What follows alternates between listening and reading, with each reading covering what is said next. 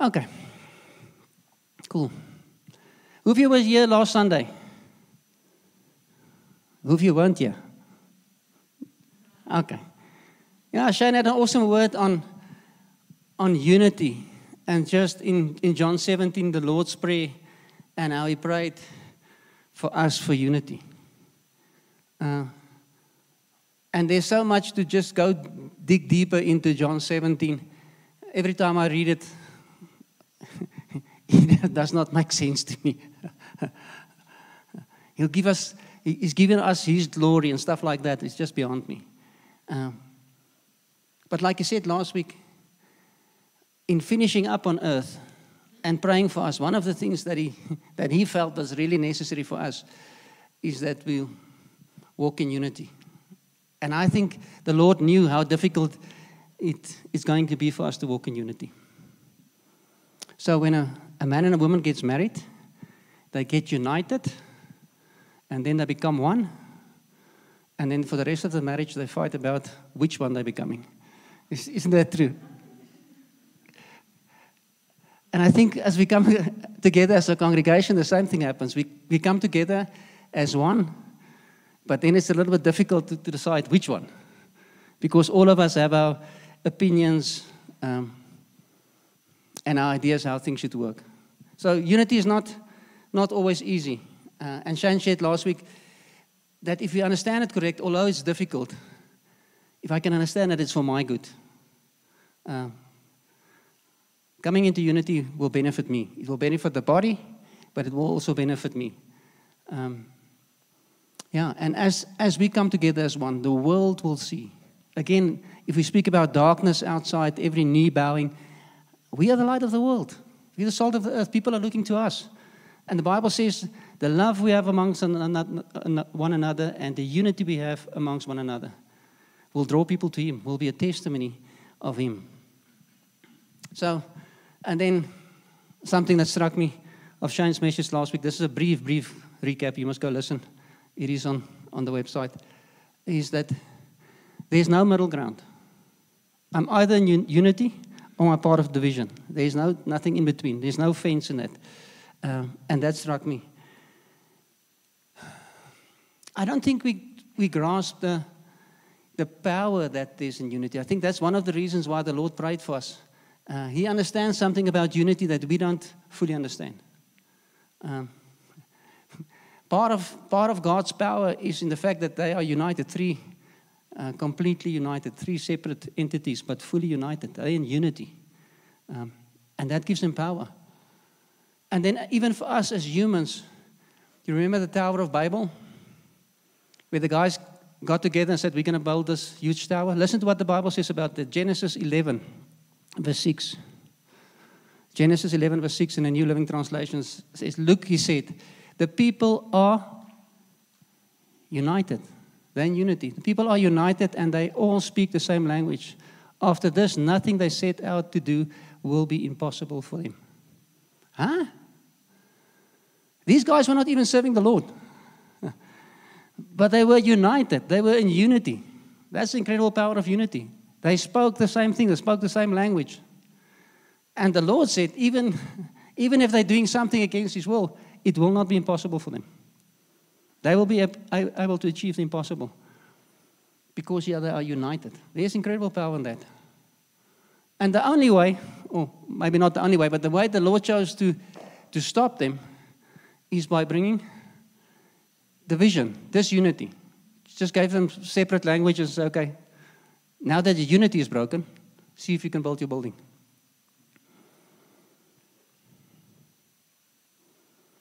Unity was also a trademark of the New Testament church, the church in Acts.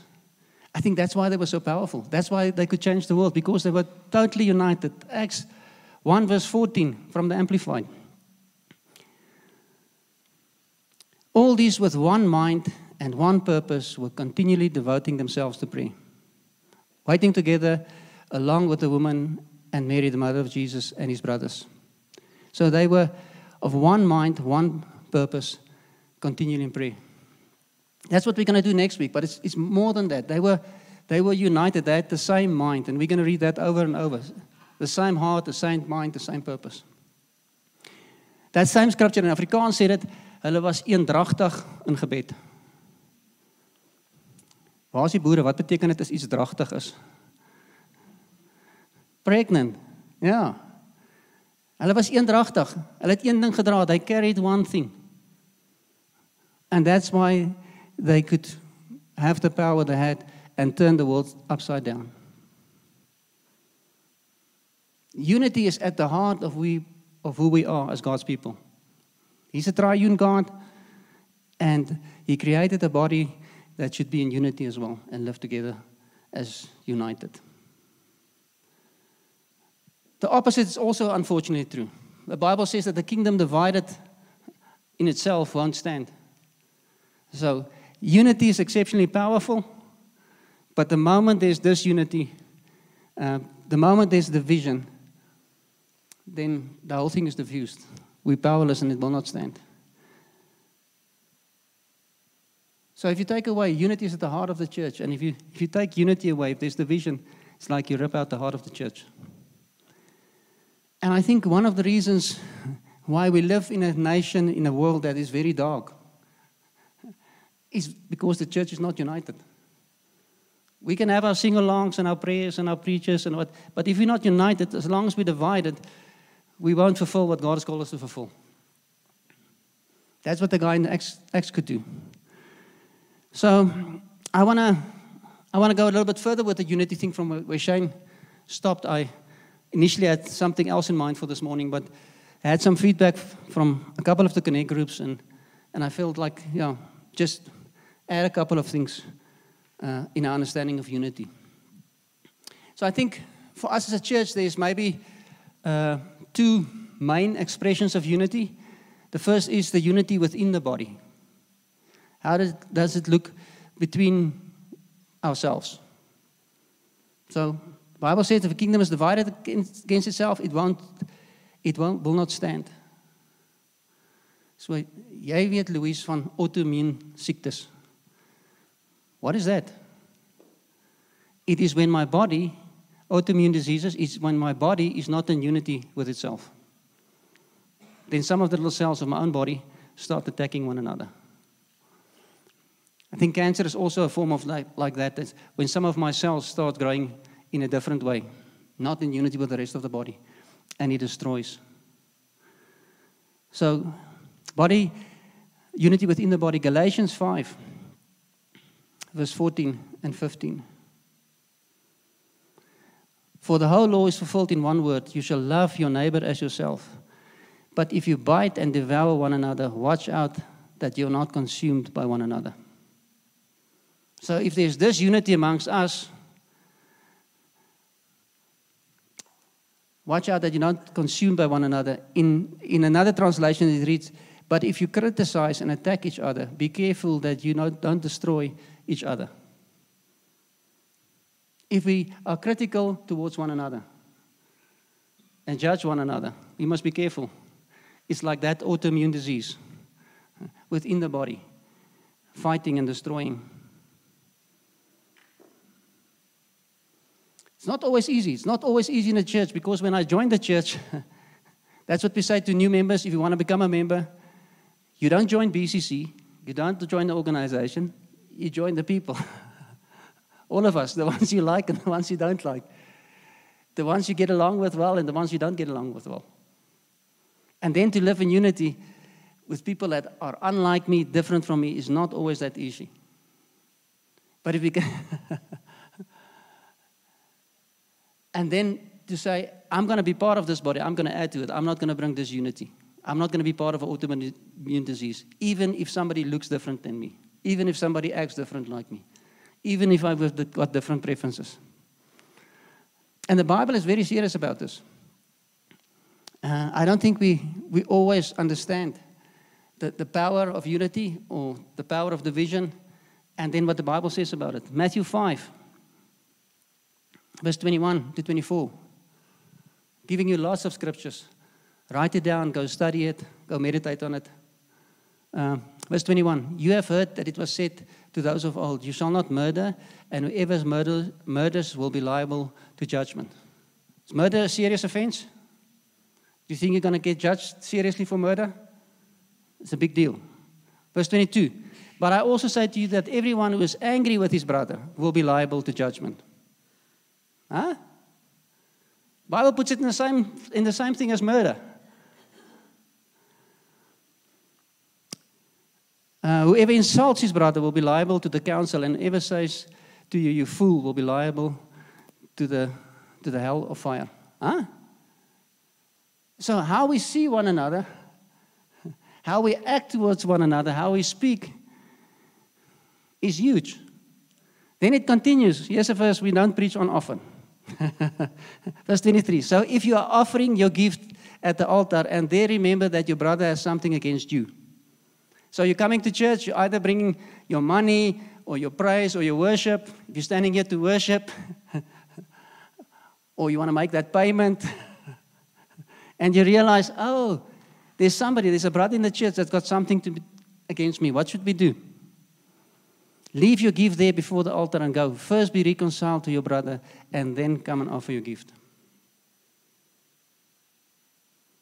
God wants us to be in unity. He wants us to be as a body, as His body, to be in harmony. Not to have any autoimmune issues. Sorting out differences, offenses, misunderstandings is not optional. It's not, yeah, maybe not. The Bible is very serious that we should do that. Colossians 3, verse 12. Put on then as God's chosen ones, holy and beloved, compassionate, kindness, humility, meekness, and patience. I'm going to get back to that. There's a lot about being compassionate, being kind, being humble, being meek, and being patient towards one another. If we have these things, if we walk in that, it makes it a lot easier to stay in unity. Bearing with one another. If one has a complaint against another, forgive each other as the Lord has forgiven you. So you must also forgive.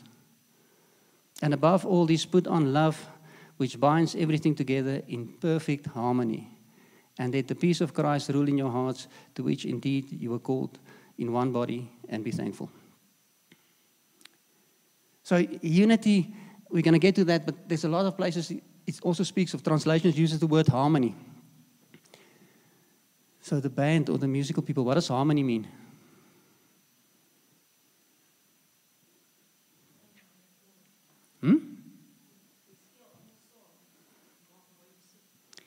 Yeah. So everybody must be in one accord. You guys must help me because wat ek van musiek af weet is scary. I don't sing higher and lower. I just sing louder and softer. It's like, I don't know about the harmony and keys. But if it is to flow together. It's to be in sync with one another. Shane, what is harmony? Help us gou. To complement. So it can be different instruments, different voices, but they complement one another, and then in one tune, in one key, hopefully in one. They have to be in the same key. Ek weet dit is my kar se sleutels. Is al key I know. Okay. One day when I get to heaven, I'll be able to. Okay. So, and I think in all of our hearts there's that desire. I think all of us love harmony and unity. It's not easy to live in it, but I believe there's a desire for that. And I'm going to just run through briefly. This is not we can spend days on it. It's just a brief summary of how do we go about that. How do we get to a place of harmony? How do we stay in harmony? And I think maybe from the onset, the biggest thing is to embrace our differences rather than fight against them.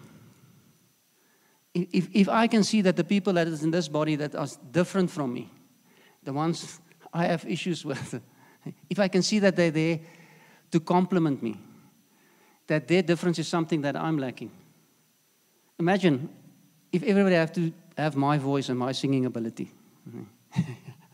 So there need to be people with good voices and that can stick to keys and melodies and stuff like that. We complement one another. And we don't fight our differences. Even the people that get on my nerves in the body. So I don't want a show of hands, please. But if we're honest with one another, there are people in the body that sometimes get on my nerves. I don't get along well with them. But if I can see that I want to be in harmony, they're there for a reason. They fill a gap. Even if it's just teaching me patience or endurance or kindness or love. I need them because they shape me in that. Selfs die steekharige ons. They're here for my good. And I must embrace that. So if I keep on fighting people that are different from me, I'm going to have a hard time living in unity. But embracing different people with different opinions, different views, different ways of doing things is to my benefit, and I must embrace that. So, and then when we work with one another, when we are frustrated, when there's been an offense, when there's been a misunderstanding, how do we deal with that? How do we go about that? First of all, always but always we go in a spirit of humility and gentleness. So if the band practice, I'm going to use that as an example. En as ek sê nie met my reg help waar ek verkeerd gaan. Scary. But I'll watch their worship practices and they're in harmony, and then something happens and they're not in harmony. And then they stop and then they say, okay, we're going to repeat this section, or we're going to go to that key, or we're going to do this. There's adjustment when there's a disunity or harmony is lost, or they want to do it differently. But it's always out of a spirit of gentleness and humility. So if I want to work with somebody when there's been a disagreement or an offense or something, before I go, I must sort out my heart. Am I going in humility or gentleness? If we can be humble, we're going to sort a lot of our issues out before they start. Ephesians 4, verse 1. I, therefore, a prisoner from the Lord, urge you to walk in a manner worthy of your calling to which you have been called, with all humility and gentleness, with patience, bearing with one another in love. Huh? That's the approach. When there's been something that happened between me and another brother or sister, I should walk in humility and gentleness, with patience, bearing with one another in love. What does bearing mean? Ek verdra. I tolerate. And then verse 3, eager to maintain the unity of the Spirit and the bond of peace. Eager to maintain it. In the Amplified, that verse 3 says to be eager and strive earnestly to guard and to keep harmony and oneness. Huh? If we come together, if I go to somebody, that is my desire. That's what I want to do. I want to be eager. I want to strive earnestly to guard and to keep harmony and oneness. So when I approach somebody, it's not to be right. It's not to have my way. Dis nie om my sê te sê nie. I'm going to tell him now. Etienne, jou snoek op. No, no gentleness, no humility, no bearing, no protecting the harmony and oneness. Galatians 6, there's so many scriptures. I'm going to just give you a couple and then we're going to move on. Galatians 6, verse 1 and 2. Brothers, if any one of you is caught in a transgression, you who are spiritual, restore him in a spirit of gentleness. So if somebody makes a mistake, somebody offends you, somebody do something wrong, we that are spiritual, we that can discern that this poor brother or sister is out of line, we should restore them in a spirit of gentleness. And then keep watch on yourselves, that you too be tempted. Bear one another's burdens, and so fulfill the law of Christ. Be careful how we judge and weigh one another. Because the Bible says, in the way you judge and the way you weigh, you will be judged and weighed. So that same scripture, Galatians 6, in verse 1 in the Message says, if some one of you falls into sin, forgive him and restore him, saving your critical comments for yourself. You might need forgiveness before the day is out. I don't think we can call it testimonies. Maybe, I weet nie wat sê, repentance stories. How many times I've stepped into that trap, where I'm going to correct somebody and point out their mistakes. And then often not out of a place of humility, because I'm right and I know it, and I'm going to tell them. And then before the day is out, or before the week is out, I step into the same thing. I'm guilty of the same thing. So, if we go in a spirit of gentleness, humility, bearing one another's burdens, see how can I restore harmony. Then a second thing that's also good, before I go to somebody else and sort out the difference, is try to put yourself in their shoes. Try to see the thing from their perspective. How did they get to the place where they are at? And then while you're in their shoes, then also to try and figure out, if I were in their shoes, how would I love to be treated? If somebody would come and correct me, put yourself in those guys' shoes and see how would you be treated. And then you go and treat that person accordingly. Just put yourself in their shoes. Resolves a lot of things for me. Can be quite, I'm going to do it now, and then if I can just pause and put myself in their shoes. Oh, now I understand why they acted the way they acted. Oh, now I understand why they said. And many of the issues for me is even resolved before going to them. Then with that, is we are brothers and sisters united in this church. We are a family. And in the family, we give one another the benefit of the doubt. I want to think the best of every person. So if somebody offended me, hurt me, or there was some miscommunication, when I approach them, I want to give them a benefit of the doubt. Surely it was not Shane's heart to say that in that way. Surely Gijs didn't mean it that way. I give him the benefit of the doubt in my mind. I start from that position. But if I start, Fani's always like that. Are we going to move towards unity in that way? Because I judge him already, I put something, I give him the benefit of the doubt. I might be wrong, but I start from that place, giving people the benefit of the doubt, thinking the best of people rather than the worst.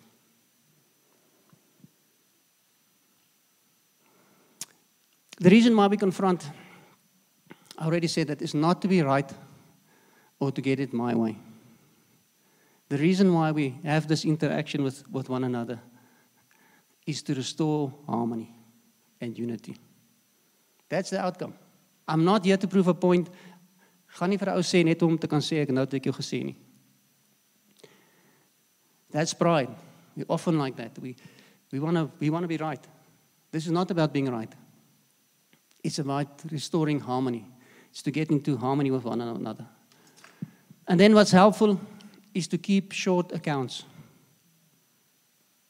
As soon as something happens, sort it out as soon as you can. Don't wait too long. Bible says, don't let the sun set in our anger. Sort it out immediately. Because if I don't, none of us like sorting things out. Oh, just let it go, and it's not that big a deal, and maybe later. Maar daai ding kry kleintjies. The enemy is working actively to bring disunity, and he'll use anything. Now we have Neil and me have got a slight disagreement. And I'm not going to sort it out with Neil. And then tomorrow I drive past him, and he doesn't see me and he doesn't greet. And I'm starting to build a case in my heart against Neil. No, ek weet my, hy's lekker hoogmoedig. And then something else, and this thing builds up, and then over a period of time, I've got a certain view of Neil, based on all little assumptions, all little things, because I've got that filter. Now, once I've got the filter that is proudful or whatever, or arrogant, or whatever the filter is, I will only see through that, and I will only see the mistakes we make in that regard, and it will fit the narrative. It will strengthen this case I'm building again. It will strengthen this opinion I have about him. But that's so easy to diffuse. If I keep short accounts, the moment it happened, if I sort it out with them, all of this case building would never happen. I won't see those things. It won't bother me. So please, even if it's uncomfortable going to see somebody and have a coffee, keep short accounts. In the Connect the other evening, they asked, so should I go and speak always to the person? Or should I just sometimes leave it? And it depends. Going to speak to somebody or not going to speak to them, to whose benefit is that going to be? If it's going to be for their benefit, I have to go and speak. I don't have a choice. If it's for my benefit, I just want to be right, or I just want to feel better about myself, maybe it's not a good thing to go and speak. It's for their benefit. Emil is in Tunisia today, but he came to me a month or two ago, and there were a couple of things. He could speak to me. He said to me, Donnie, you're always frowning, you're never smiling. Smile a bit more. And when you greet me here at church, you're always in a hurry. You're always going somewhere, I don't feel like you love me. Shake my hand and look me in the eye, and then you continue. Why did he do that? Was it for his benefit or for my benefit? It's for my benefit. It took a lot of courage for him, but he came and he didn't have a filter in his mind anymore about me. So I'm making a point of looking him in the eye, spending a little bit of time with Emil before I just rush off. And I try to do that with you guys as well. That's a flaw, something in me. And I need a brother that can lovingly point that out to me. So, if it's for the other person's benefit, I have to go and speak. It doesn't matter how difficult it is, because we love one another. We want to build one another up. If it's just for my benefit to feel better, well, sit on that for a while and just sort your heart out first. And then when I do go and speak to somebody, I don't go to accuse. Who's the accuser of the brethren? Oh, the devil. I don't want to partner with him. So, when there's been a hurt, when there's been a conflict, when I go and speak, my heart is never to accuse. I'm not partnering with the devil. I can tell people, when you did that, or when you said that, I want to just tell you how that affected me. Giving you the benefit of the doubt, most probably you didn't mean it like that, but that's how I felt. That's what happened in my heart. Or just, we shared on it a couple of weeks ago, living in the light with one another. Brother, sister, I just want to bring this thing in the light. After the situation we had, there's just discomfort in my heart, and I just want to bring it in the light and say, I don't feel lekker about this thing. I want to sort it out. I'm not going to accuse. Or you can just ask, can I just clarify? Can you just tell me, what did you mean when you say that? Or why did you do what you did? And I'm not accusing. I'm asking, I'm going in a posture of humility. And then there's a biblical way of doing things. I'm not going to go and discuss my outfall with Etienne with everybody. The Bible says I go first to Etienne. There's a procedure, there's a way we do it. Matthew 18, from verse 15. If your brother sins against you, go and tell him his fault between you and him alone. So if you've got an issue with somebody, how do you go about it? You don't discuss it with 3 or 4 other people.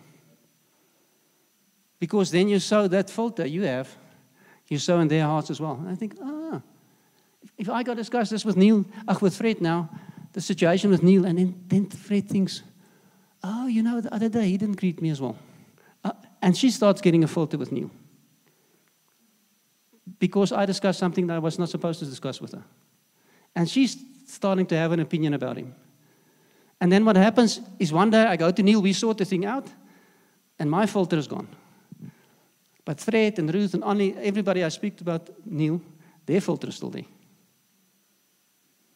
So you go alone. First, go alone.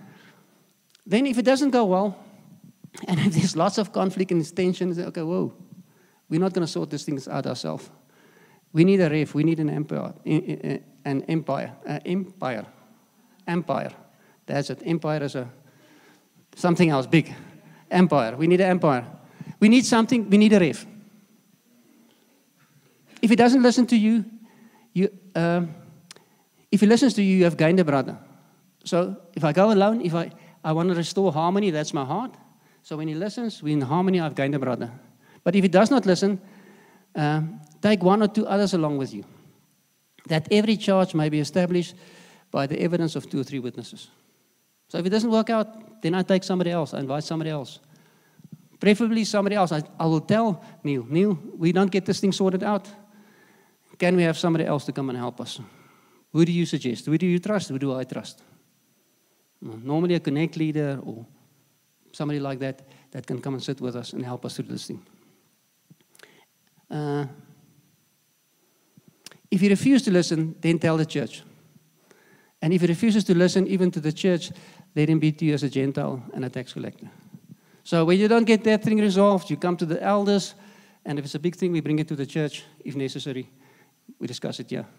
But hopefully, we've reached harmony long before then. But that's the way we go about it. Okay. It's not always easy, it's not always comfortable having these conversations. But if we understand how powerful unity and harmony is, and how destructive disunity is, then we just say we're going to go for it. We're going to embrace the discomfort to live in unity. Okay, so that was the one form. So there's two contexts of unity. The one is within the body, how we approach one another, and how we live in unity. And that's like the basis. But then there's I don't know if it's accurate to say a higher level of unity, but there's a different form of unity where we as a congregation, where we as a body, as a group of people together are united. And functioning united together to accomplish a certain task. So normally, when we fight amongst one another or have disagreements constantly, is because we don't see the goal or the vision. So I've told the story many times before, I'm going to tell it again. Let me quickly see, who of you have gone hunting with dogs? Wind onder, groot onder, klein onder, duif.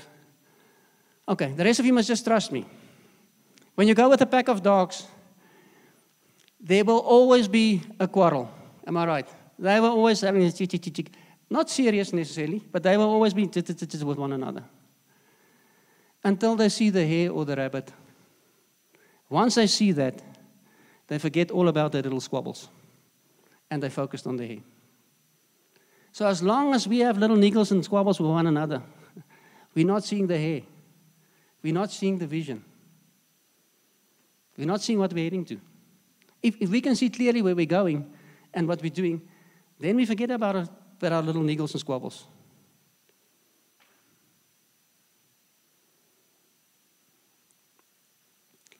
We've shared on this many times before. Our thinking of church is changing. We're not just here to have a good time on a Sunday morning. We're here to change the world. We're here to glorify God, to build His family, and to advance His kingdom. And little squabbles distract from that. We have assignment. We have a common purpose. And for the sake of that common purpose, I don't know. So, when we went hunting with dogs, it was with friends on farms. It was always a mixed bunch of dogs. I was windhonde and brakke and Jack Russells. A whole mix, fast ones, slow ones. But they all together went for the hare, and together they can catch it. I've never seen one dog that can catch a rabbit or a hare. By himself, it's impossible. They need to work together to do that. And sometimes it's easier to see the rabbit when there's a crisis. It's a stupid way of doing things. But people disagreeing with one another, as soon as there's a crisis or something bigger, they can work together. Maybe the silliest example is you can be a big Blue Bulls supporter, and your neighbor can be a big Province supporter, and you can fight and squabble over the fence and have huge disagreements until we play the All Blacks. Then there's a bigger focus, or there's a bigger agenda. And as we as a church can see, if Deirdre speaks about the darkness, that's why the church is not effective. Because we don't see the goal. We're here to change the world. We're here to bring light and salt. That's a bigger purpose. And for that sake, if we can focus on that, it's easier to work together with the people that look different from us. God designed His body like this, so that we can be interdependent upon one another. Not independent, interdependent. We need one another to fulfill the calling on my life. We need one another to fulfill the calling in your life. We need one another to fulfill the calling on this house life. Listen to this. Church in Acts. Oh, I love it. That's what we strive for. Acts 4, 31 and 32. After they had prayed, the meeting place shook. They were all filled with the Holy Spirit and bravely spoke God's message. The group of followers all felt the same way about everything. That's what happened when the Holy Spirit fell. They felt the same way about everything. None of them claimed that their possessions were their own, and they shared everything they had with each other. Different translation reads, and all the believers agreed completely with each other. How they should live. They were in complete agreement. A different translation says the whole group of believers lived in harmony.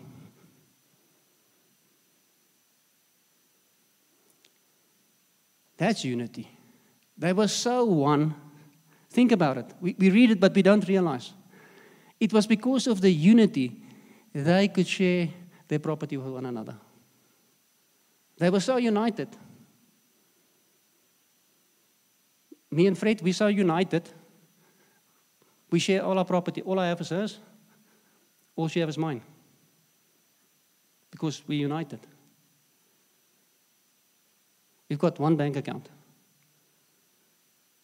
It's ours. Think of a church. It scares the living daylights out of all of us, I know. But that we can be so united, be so of one heart, one mind, one purpose, that we don't mind sharing our stuff with one another. That's why they were so effective. It was not a doctrine. It was not something they manipulated the people to do or taught the people to do. It was the reason for that they were so united. D.L. Moody said, I've never yet known the Spirit of God to work where the Lord's people were divided. So that the outpouring of the Holy Spirit because they were united. And out of that place they could share all they have. 1 Corinthians 1 verse 10. But I urge and entreat you, brethren, by the name of the Lord Jesus Christ, that all of you be in perfect harmony and full agreement in what you say, and that there be no dissension or factions or divisions among you, but that you may be perfectly united in a common understanding and in your opinions and judgments. For it has been made clear to me, my brethren, by those of Chloe's house, that there are contentions, wrangling and factions among you. New Living Translation. I appeal to you, dear brothers and sisters, by the authority of the Lord Jesus Christ, to live in harmony with each other. Live in harmony. Let there be no divisions in the church. Rather be of one mind, united in thought and purpose. Yeah. So if we're in harmony, help me again, Shane. If we're in harmony, we can sing together, different voices, different instruments, but we're in one key, in one tune. So if we speak about unity, we're not speaking about becoming clones. It's not everybody looking the same, doing the same. It's when every part of the body that is different fulfill its function in this body. It's not cloning, it's being in harmony. Philippians 2, verse 2. Complete my joy by being of the same mind, having the same love, being in full accord and of one mind. Do nothing from rivalry or conceit, but in humility count others more significant than yourselves. Let each of you look not only at his own interests, but in the interest of others. Yeah. That's unity. If we don't look at ourselves. Amplified reads as following. Philip, and complete my joy by living in harmony and being of the same mind and one in purpose, having the same love, being in full accord and of one harmonious mind and intention. Living Bible. Then make me truly happy by loving each other and agreeing wholeheartedly with each other, working together with one heart and mind and purpose. And in the Contemporary English Version reads, be united in what you think as if you were only one person. There's lots of scriptures on unity, huh? To be totally one. I want to give you a picture. I hope it's going to play. While thinking on this, this picture came to mind. So many of you might know the concept, but I'm going to show it for those who don't know. It's a flock of birds.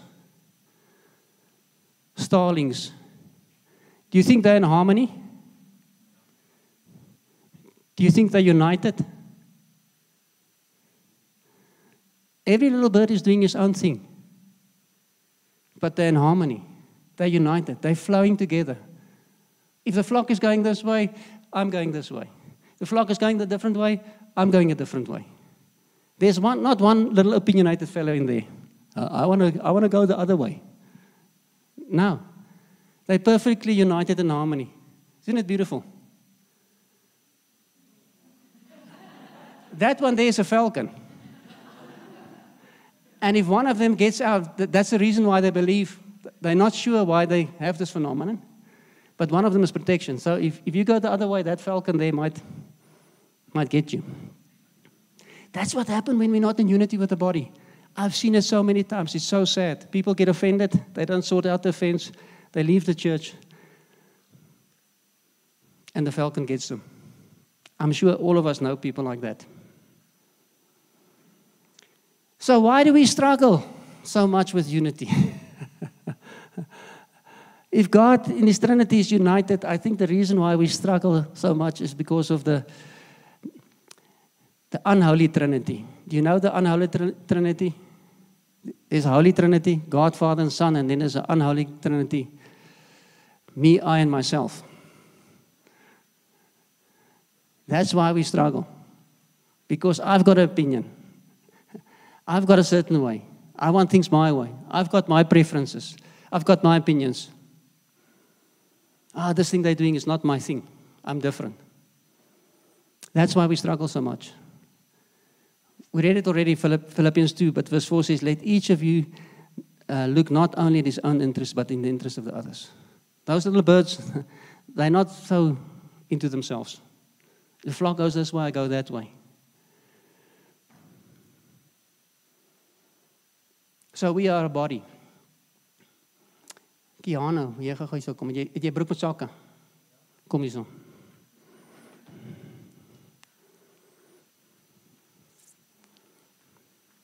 Hopefully my body, we are a body.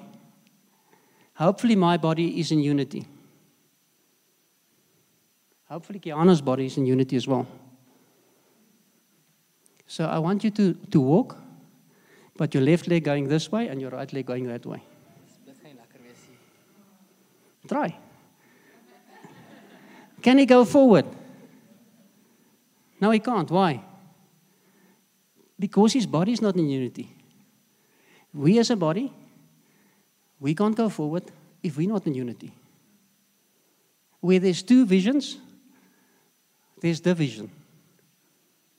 Okay. I want you to run from there to there as fast as you can. Ja, je moet snel.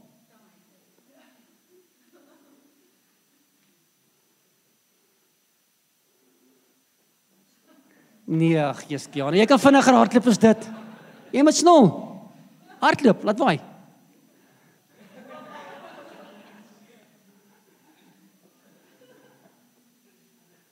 Ja, laat waai. Okay, ja. Okay, nee, jy het dit. So when we're together in the body, every part of the body must work together to fulfill our purpose. If some part of the body says, that's not my thing, how's that going to look like? Okay, I want to stand there again. Jy gaan weer vandag hardloop. Flat out, nee? But this time, the hands is going to say, running is for the feet. It's actually not my thing. I like being in pockets. So sit jou aan in jou sake. Okay, nou laat waai, flat out. Okay, well done. Hy doen beter as wat ek gedink het hy gaan doen. You do it so well, you mess up my illustration. Thank you. You can go and sit. But hopefully you're trying you're getting what I'm trying to explain. The hands say, running is not my thing, I'm in the pockets. then the whole body suffers and we can't go as fast as we want to. Think about it. We've shared on it, we preached on it many times before. There's no part of the body that exists for itself. My hands, they can maybe scratch one another, wash one another, but that's all they can do. Not even for themselves, they can do it for the other hand. The reason they're here is to serve the body. And so is every part of the body. So by joining the church, becoming part of this body, I'm here not to serve myself. I'm here to serve the body and the other members of the body. Romans says we belong to one another. I'm not the body. I'm just part of the body. Incredible example of unity is the Rugby World Cup. There was that program afterwards. What? Chasing the Sun. There was a program, a documentary afterwards, Chasing the Sun. I don't know if I have to encourage you to go and look at it or not. Go look at it, but they've got very interesting language. But what happened during the World Cup is they as a team were united. They had one rabbit, one hare, one goal is to win the World Cup. And in that space, there was no space for division amongst one another. And if you go look at that documentary, you'll see how certain players did not get picked for the team. And their job was to help the guy competing for the same spot in the team, to help him be successful. They were totally, totally selfless. And it was not about who played in the match. It's that we win. And that's what's so encouraging. If we live in a body together and say we're going to be in unity, in harmony, we're going to chase the same thing. This morning was beautiful. I've got the most time on the mic now, unfortunately for you. But there were so many other people that brought something, and so many people that went to pray for one another. It's not that you play in the team, that you had the mic. Were you united? Did you build up the body?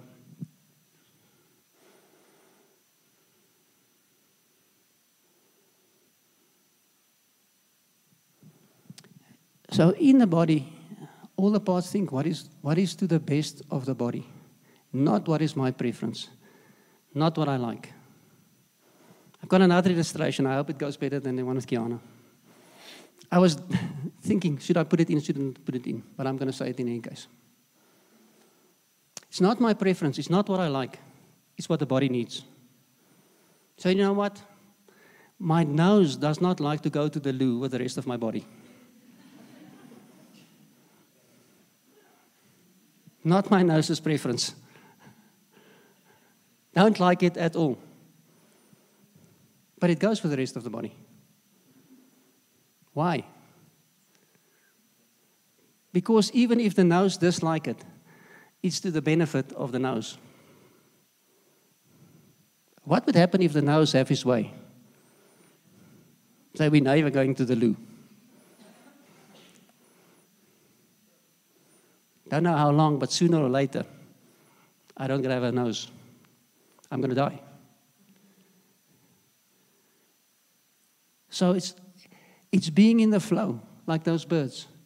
It's I move with the body. It's not about my preference. It's not what I like or I dislike. Romans 12:16, last verse. In Amplified, live in harmony with one another. Do not be haughty, snobbish, high-minded, or exclusive. But ready adjust yourself to people's things and give yourself to humble tasks. Never overestimate yourself or be wise in your own conceit.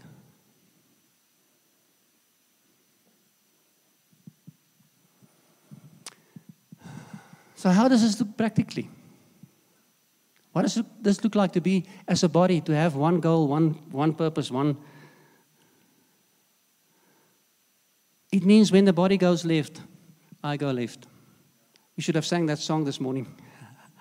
And if the body goes to the right, I go to the right. And if the body runs, I run. If it's my thing or not my thing. If the body sits, I sit. is to be in unity, is to be in that flow like that birds. If we say we're going to fast this week for the lost, then I fast this week and I go for the lost. Even if fasting is not my preference, even if fasting and prayer is not my thing, that's how we do it.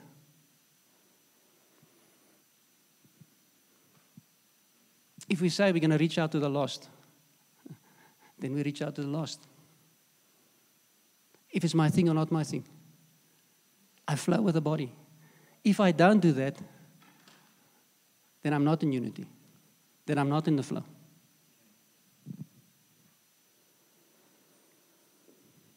Do we have one heart, one mind, one purpose? If we ask, we're going to close down the church, we're going to go to the conference, then everybody should make an effort to get to the conference. I know it's not possible for everybody, but do I have one heart, one mind, one purpose? Am I going with the flow? There's a great power and blessing in walking in unity, for both the body and for me as an individual. So the question we must ask is, am I in unity with the body? And the way I can test it for myself is the things I'm thinking, the way I'm acting, the way I'm speaking. Is this adding to bringing unity and harmony? Or is it distracting from harmony? If you can think about that picture of the birds and harmony, the way I think, the way I speak, the way I act, is that adding to the harmony, or is it distracting with the harmony, from the harmony? And there's places for myself where I realize, oh shucks, that's what I'm thinking now, it's not adding to harmony. Then I have to repent. I have to turn and say, okay, I'm going to act differently so that I can be in harmony with the body. Okay, I think we're gonna stop it there for this morning. Is this helpful? Do you want to be in unity, in harmony with the rest of the body? Let's really work hard at that, and let's help one another with that. I want us to act on this, not just to be hearers of the word, but be doers of the word. So maybe just there where you are, close your eyes. It will be so sad if we listen to this and we don't act upon it, although it's not easy. So if you sit there and you know there's anybody that offended you or that hurt you or there's some misunderstanding, miscommunication, things you need to sort out, why don't you just commit there where you are before the Lord that you're going to sort it out soon? Today, if you can, if you can't, in this week. But really make a commitment to say, okay, I want to live in unity. I'm going to sort that out.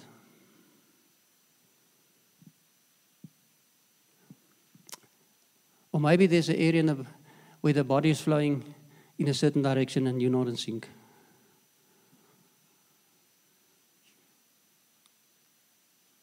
If you're aware of something like that, why don't you just bring that before the Lord as well? And repent and say, okay, I'm going to change my thinking. I'm going to change my ways in that regard. I want to be in sync, in flow, in harmony with the rest of the body. I don't want to be the false note or the one in the wrong key. So, Father, thank you for this morning. Thank you for a beautiful, beautiful body. Thank you that you're the head. Lord Jesus, thank you that you prayed that we'll be in perfect unity. And thank you for the power that is in unity. Lord, thank you for this, every believer you've added to this family with a unique gifting, function, ability. Father, I pray again that we'll be able to see with one heart, one mind, one purpose, the goal you have for us, not just as individuals, but also as a body. That we'll be able to glorify your name. That we'll be able to build your family. Yeah, Lord, and that we'll be able to extend your kingdom. Thank you for that. Thank you that we can walk in unity with one another, but also with you. and see the world change, see our town change. Because of what you gifted us to do, but also because we're in unity. We thank you for that in Jesus' name. Amen.